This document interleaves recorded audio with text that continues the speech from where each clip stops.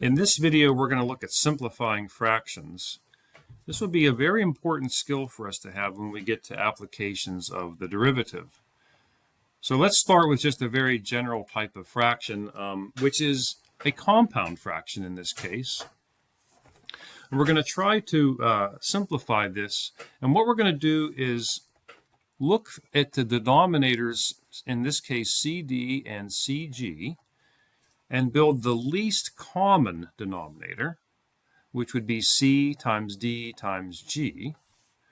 And we're going to multiply our fraction by the number 1, but in the form CDG over CDG.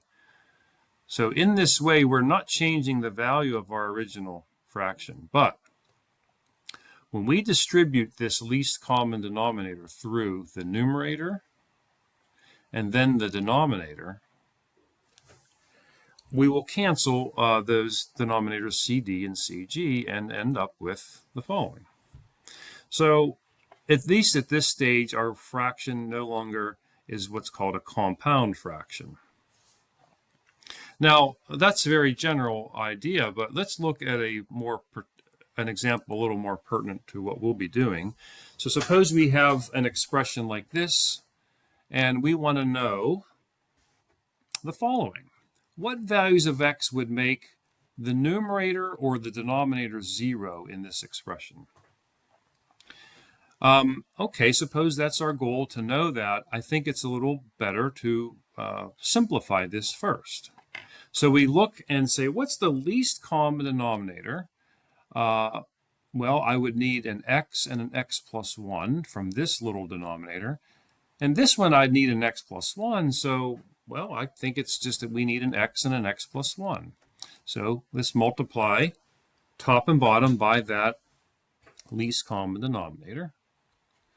And now we'll distribute it through top and bottom, giving us the following. Let's see, how did we get that? X times x plus 1 times 1. There it is. X times x plus 1 times 2 over x times x plus 1, well, we get cancellation, and we're left with just minus 2.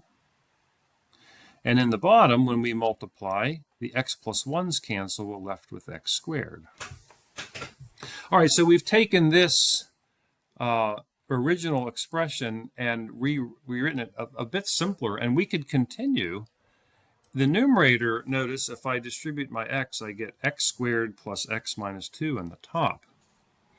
And remember what our goal was here was to find what values of x make this original expression 0 in either the numerator or denominator. Well, that is, back to a very basic problem. So I would say, how about factor the numerator? And it eliminates it, right? So I think either x being 2 or minus 1 would make the numerator 0, or of course x equals 0 would make the denominator 0.